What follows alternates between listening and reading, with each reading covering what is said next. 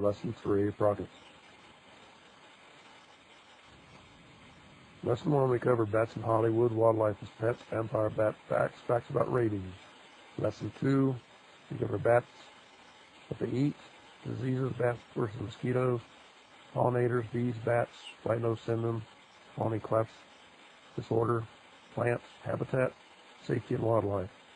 In this lesson, we'll cover endangered species and penalties, quiz to identify endangered bats, removing a single bat from a building, roof repair, exclusions, and bat houses. The U.S. has 9 bats that are endangered, federally protected.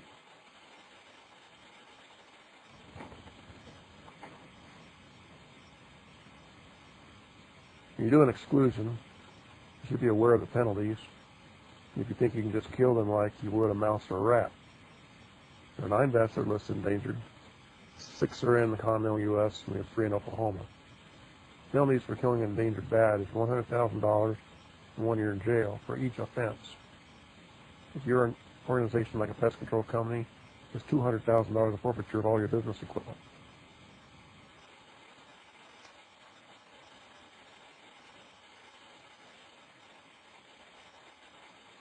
These are some of the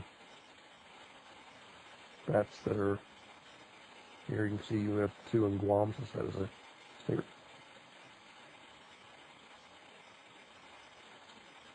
Endangered species quiz. There are 10 most bats in the U.S. 2 of them are endangered. The following slide is a quiz. Pick out the endangered Indiana gray myotis bat from the common little brown or eastern and western small-footed myotis. Even the experts have a hard time telling them apart. Even a small roost of 30 to 50 bats, it's very easy to kill many at one time. And bats do roost with different species. Big and little brown bats are often seen together with maybe an evening bat.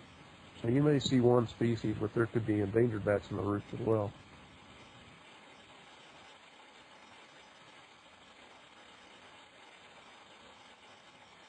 Moving a single bat from a building.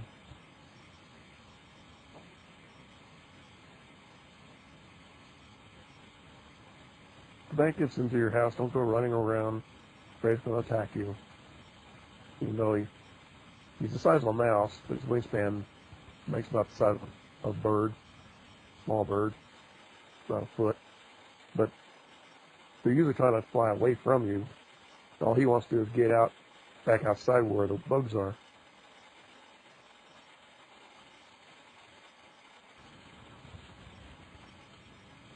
If he gets in the house and you lose track of him, he'll usually go to the highest, darkest area in your house.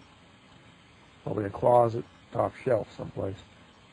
If you can close the door, leave the windows open, he'll probably fly out on his own within 30 minutes. If that's not possible, then you can try to scoop him into a box container with a cardboard backings to move his feet from the wall and carry him outside that way. If it's on something like a bookshelf, you got like a butterfly net or a sheet or a towel, you can capture them off of the wall.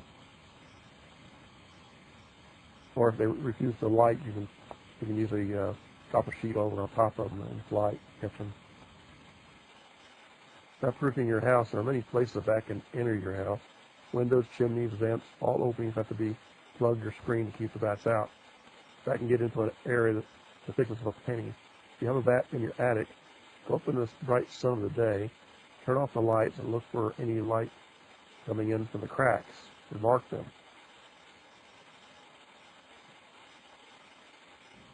Expandable foam is not recommended, but every homeowner's got it and will use it. If you do use it, be sure to cut a piece of plastic or something to cover the foam so the bat can't get into it. They will eat it, digest it, and die.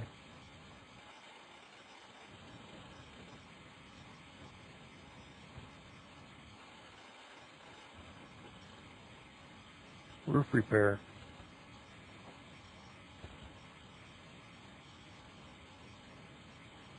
If you're going to replace your roof, go up the attic and make sure there aren't any bats up there. If there are, you remove the roof during pup season. Pups will die with their mothers, fly off. Of course, it's going to leave a hell of a smell in your place afterwards. Replace it after August, not all possible, when the pups are all flying. If that's not possible, then you'll have to do a proper exclusion before you repair the roof.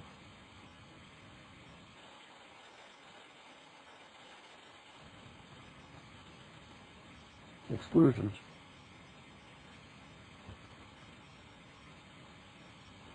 There's many places the bat can enter. Windows, chimneys, vents, all openings have to be sealed or screened to keep the bats out. If they are in the attic, go up during the bright sunlight and, as previously mentioned, and mark the areas that you return later to seal them when bats are all out of the place, be safer for you.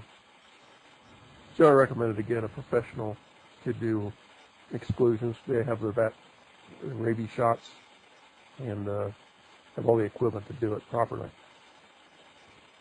But there are areas where there just aren't anybody to do it, and you have to do it yourself.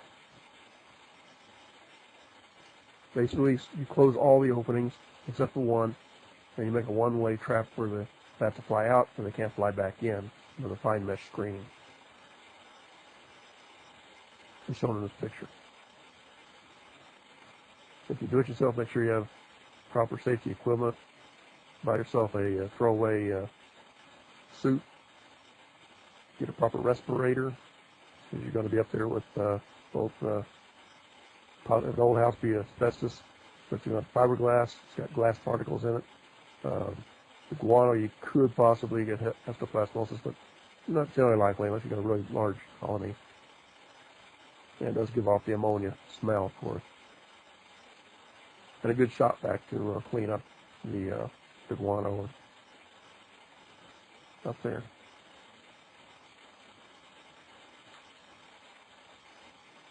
After the exclusion, look around to see if there's any pups still there. If there are, then you'll need to get a rehabber to come and collect them so they can be cared for.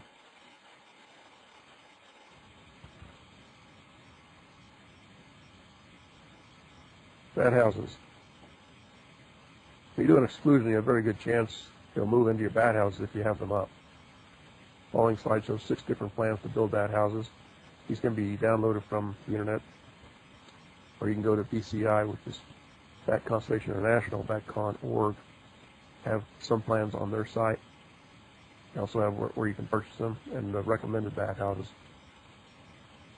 There are many types of bat houses. You can purchase pre-made ones or get free plans on the internet. Most pet stores carry them. It's best if you do put them up. The best place is to put on a pole 15 to 20 feet up, away from trees, facing southeast, to get most of the sun. It all depends on the part of the country you're in. It can range from white, hot climates, to natural wood, tan, or black for colder climates.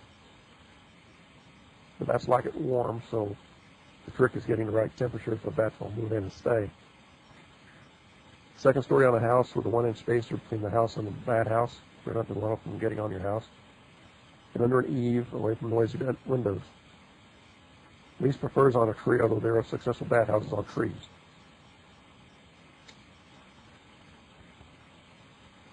Those few bat houses, we need more so our females can have a safe place to raise their pups. Humans have destroyed our forest habitat by building houses and streets and forcing us to live in your attics and other human habitats. Thank you for your time. This completes the introductory course. Hope you'll join us for future presentations.